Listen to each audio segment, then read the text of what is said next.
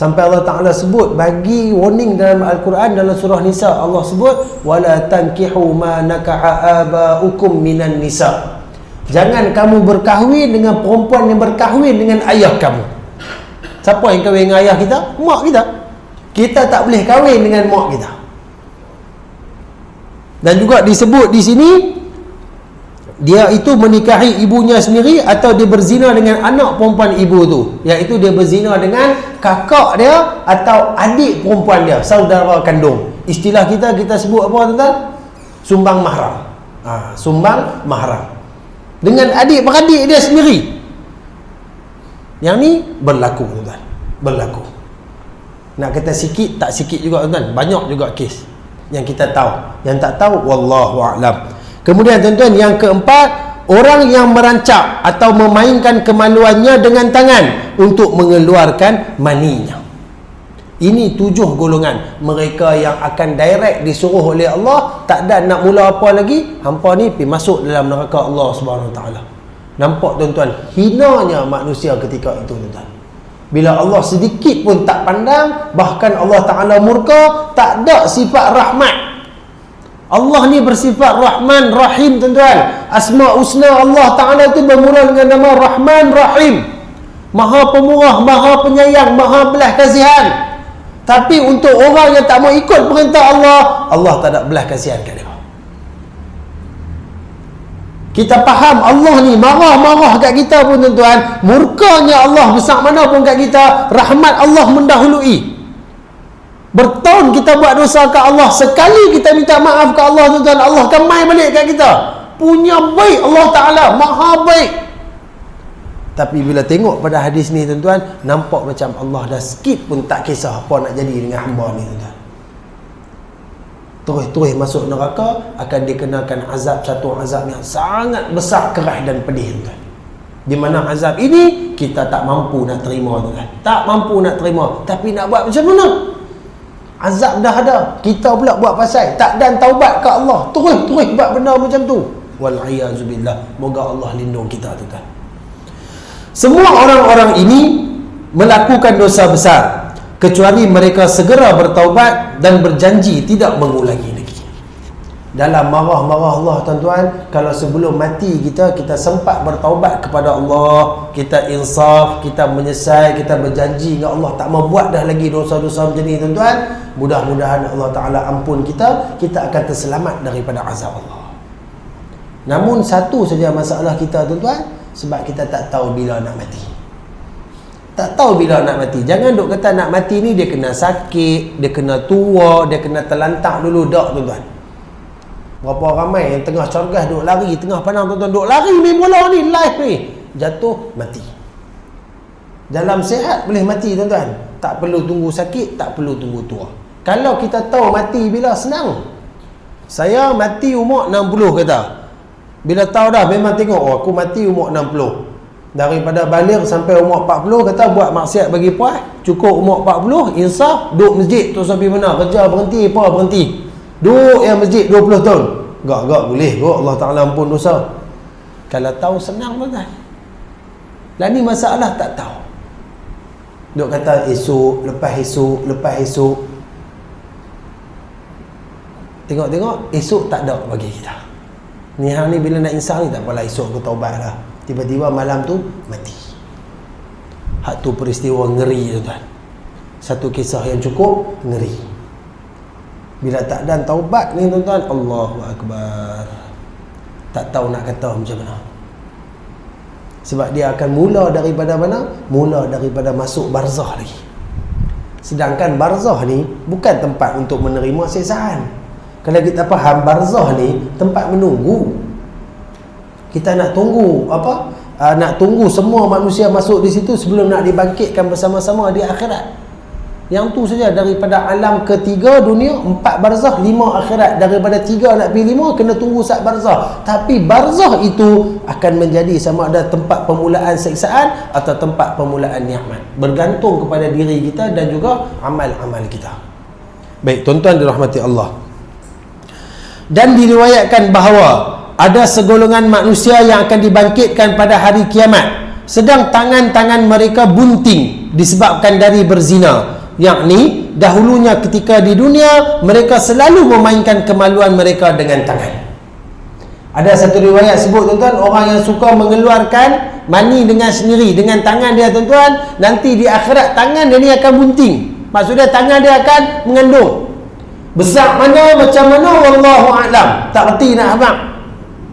Kalau kita nak bayang pun kita duk bayang yang kata ibu-ibu mengandung ni benda tu ada kat tangan. Mungkin macam tu lah kot. Tapi bila benda ni nama dia azab tuan-tuan, dia bukan satu benda yang seronok. Dia satu benda yang sangat menyiksakan. Jadi orang tengok pada tangan tu, orang akan tahu dah sifat dia ni kat dunia macam mana. Oh, rupanya yang ni dia rajin melayan nafsu dengan tangan dia sendiri.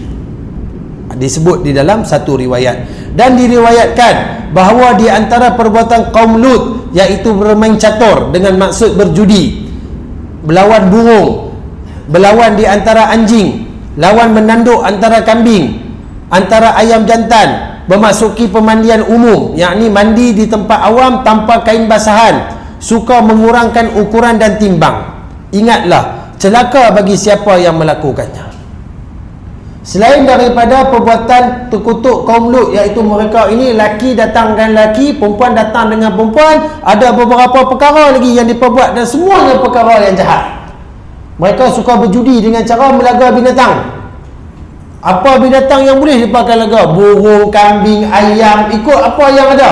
Berjudi dengan keadaan tersebut. Kemudian mereka ini juga kalau pi tempat mandi awam tuan-tuan, mereka akan pi dalam keadaan tanpa berpakaian. Macam kita di sini mana pisau ada kolam mandi awam kan, MPSP punya.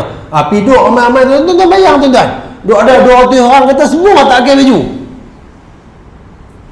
Bukan kata tak pakai baju, tak ada selai benang, semua telanjang bulat tuan-tuan. Kaum Lut macam ni panggil dia. Kemudian mereka mengurangkan ukuran dan timbangan. Bila nak niaga saja tuan-tuan, ada saja nak tipu kot timbang. Tak mau nak jual betul-betul, minta sekilo tak pernah dapat sekilo, kurang pada tu akan dapat. Sebab apa? Nak untung lebih. Dan disebutkan celakalah bagi siapa yang melakukan perbuatan-perbuatan yang sedemikian. Menurut asar pula, siapa yang suka mengadukan 2 ekor burung, maka dia akan merasakan siksa kefakiran. Siapa yang rajin berjudi dengan cara duk melaga binatang, maka Allah Ta'ala akan uji kita, timpakan kita dengan kesusahan dalam bentuk miskin, fakir. Kalau kata duit tak pernah cukup ni tuan-tuan, tuan-tuan boleh tengoklah orang rajin duk bersabung ni tuan-tuan. Dan ni yang tinggal mungkin sabung ayam lah kot. Walaupun dia menang tuan-tuan, duit tu tak ada berkat. Duit tu akan habis macam tu saja, bahkan tak cukup lagi dengan apa yang dia dapat. Menurut Ibnu Abbas radhiyallahu anhuma pula, orang yang melakukan liwat apabila ia mati tanpa terlebih dahulu bertaubat, maka dia akan disumpah dalam kubur dia menjadi babi. Ibnu Abbas sebut, siapa yang liwat, dia ni yang tak ada nafsu kat perempuan, suka kat lelaki, bahkan melakukan seks sesama lelaki, dalam kubur akan dirubah wajahnya menjadi seekor babi. Dan dia akan bangkit dengan wajah tu lah tuan-tuan. Bila masuk kubur macam tu, bangkit pun macam tu. Mana nak letak muka kat mahsyar tuan-tuan, seluruh manusia akan tengok kita tuan-tuan, nak tak muka tak mana. Main-main muka babi. Allahu Akbar. Hari ni kita duk hina, kita duk keji. Yang tu yang akan jadi pada mereka yang melanggar perintah Allah Subhanahu Wa Taala. Baik tuan-tuan, tengok balik pada kitab kita. Nabi SAW turut menjelaskan tentang akibat melakukan liwat, iaitu dengan sabda baginda yang berbunyi, la yanzurullaha ila rajuli ata rajulan aw imra'atan fid dubur. Maksudnya, Allah tidak akan memandang, yakni murka kepada orang lelaki yang menyetubuhi lelaki atau menyetubuhi perempuan melalui duburnya. Tuan-tuan, kita berkahwin pun tuan-tuan, memanglah Allah Ta'ala sebut nisa'ukum harsul lakum fa'tu harsakum anna syi'tum. Perempuan-perempuan bagi kamu itu adalah seperti ladang, maka kamu buatlah apa yang kamu nak buat kat ladang kamu. Tetapi tuan-tuan, ada beberapa tempat yang kita dilarang sentuh. Yang tu tuan-tuan pun tahu, suami isteri semua tahu. Ada satu tempat yang memang Islam larang kita sentuh pada isteri kita, iaitulah duburnya. Kalau lelaki dengan lelaki, depa kacau apa tuan-tuan? Depa kacau dubur lah. Melakukan persetubuhan melalui dubur. Dan kalau dengan isteri kita, jangan sekali-kali. Sebab benda ini akan menyebabkan Allah tidak akan memandang kita. Tuan-tuan, kalau Allah tak pandang, agak-agak Nabi nak tengok tak?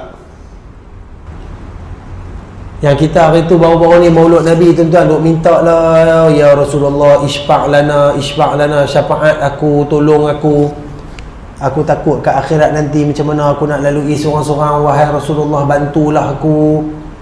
Tiba-tiba Allah tak pandang kita, tuan-tuan. Agak-agak Nabi nak pandang kita. Lagi tak pandang. Terus Nabi pun, tuan-tuan, Nabi duk tolong ni orang yang berdosa di sisi Allah pun Nabi duk tolong lagi. Tapi bila Allah tak tengok terus hamba tu, tuan-tuan, jangan harap Nabi SAW nak tengok kita. Bukan kata Nabi zalim, bukan kata Allah tu saja nak berkenal kita, tapi kita diingatkan, kita tahu benda tu salah, tapi kita duk buat juga. Yang tu yang akan menjadi masalah kepada diri kita. Baik, tuan-tuan,